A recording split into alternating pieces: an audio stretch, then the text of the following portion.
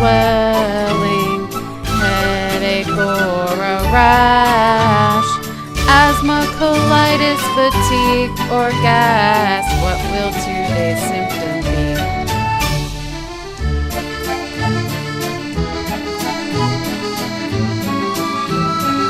My loopy life with lupus.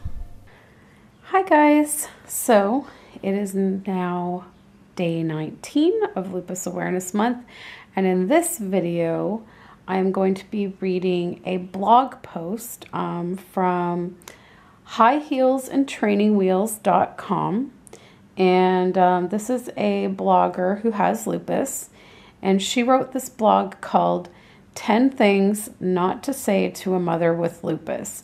And while it's supposed to be like to a mother with lupus, there's a lot of parts of this that could apply really to anyone with lupus.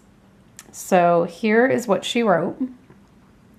In case you didn't know, I have lupus. I know, shocking. In case you weren't able to tell, I am also a stay-at-home mother to two very wonderful little boys. What I haven't mentioned much on this blog, but more on my Facebook and Google Plus pages, is that I'm currently undergoing Cytoxan IV chemotherapy infusions to try to stop my lupus from continuing to attack my central nervous system. If it doesn't, I am at risk for completely losing my vision, seizures, strokes, and more. Yay! As a result of the severity of my illness's progression, I've been coming to terms that I'm a mother with lupus, and contrary to what I used to believe about myself, I must learn to live with lupus, not despite it. I've had to be a little bit more open about my disease and talk to more people about what I'm experiencing, although I don't think people believe me when I say I'm becoming a wolf. With this type of openness about something that I feel weakness and guilt about, also comes comments from people that, while unintentionally, are less than understanding about what I'm experiencing. I usually brush it off and inwardly roll my eyes. A simple smile and nod works to pacify them and move the conversation along. So, with that, I present to you the top 10 things never to say to a parent with lupus. But you look great. Awesome. I'm so glad that my body doesn't look it's beating the shit out of itself on the outside too. I'm pretty sure I'd end up with a couple black eyes, a bloodied nose, and maybe a few unidentified bruises all over my body. But you know what? I am glad I just feel like a truck hit me instead. Oh, I get tired too. It's just because of the kids. Now I know that all parents get worn out by their children, and I agree, kids are exhausting. But I can guarantee you that the type of fatigue you have with an autoimmune disease is similar to the exhaustion you would feel after running a marathon completely uphill, through the snow, dodging grenades, with children on your back, and jumping over trenches. All under 4 hours. Unless you know what it's like to have to rest after taking a shower, you have no idea what type of fatigue a person with an autoimmune illness like lupus is facing. For now, I will work on training my children to do my housework. Why don't you take a nap during the day since you're home? Napping sounds like bliss.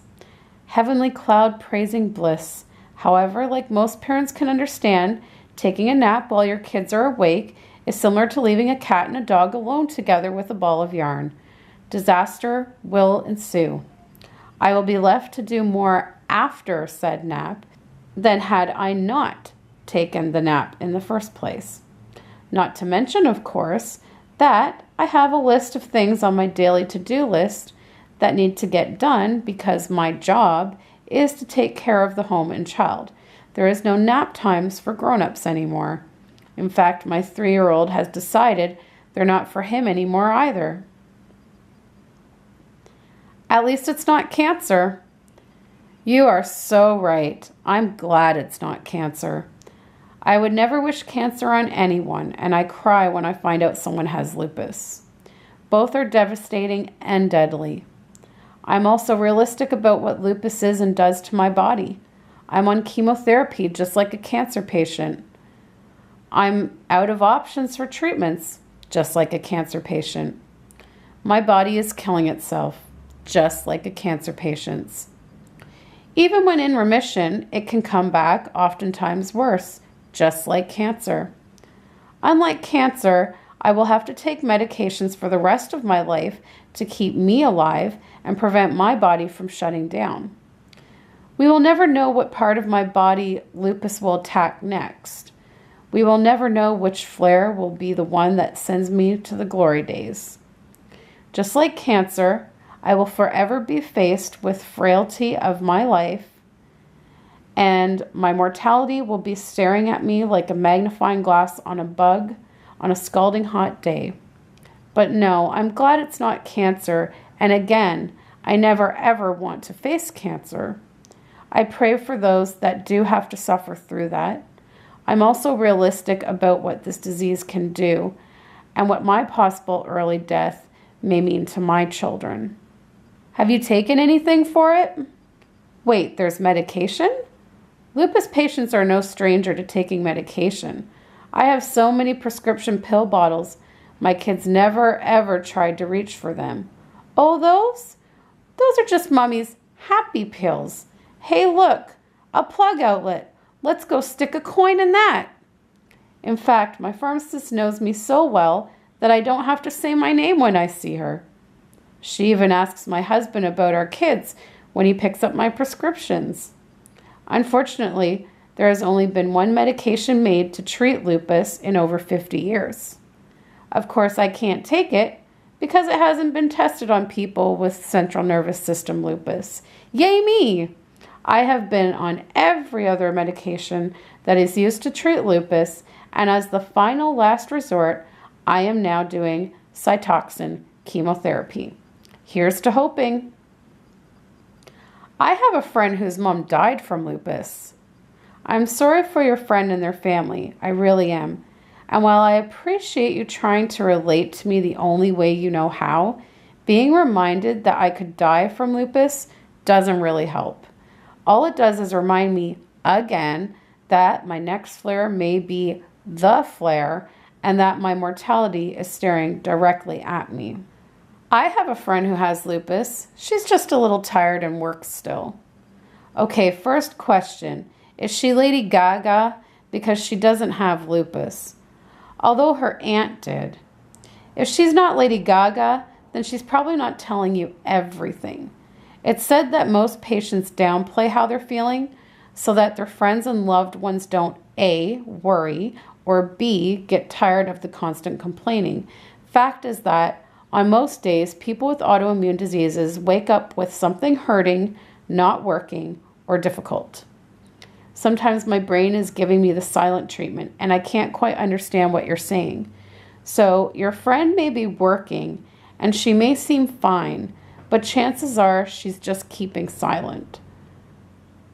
I just don't have that luxury anymore. You're probably just depressed and lazy. Have you gone to see someone?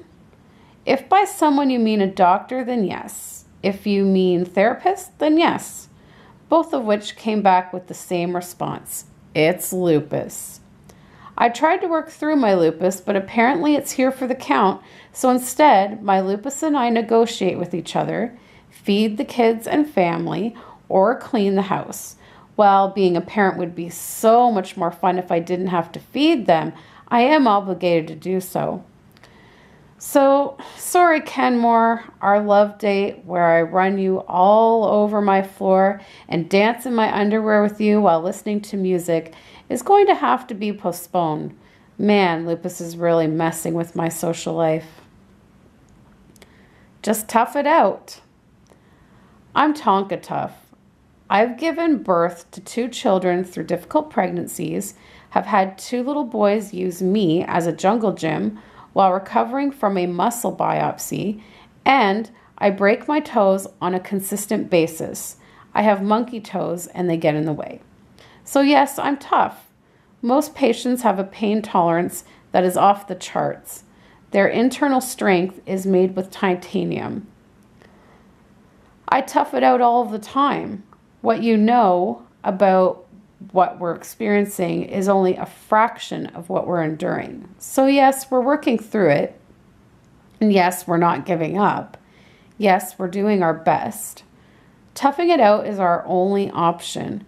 We're not lucky enough to do otherwise.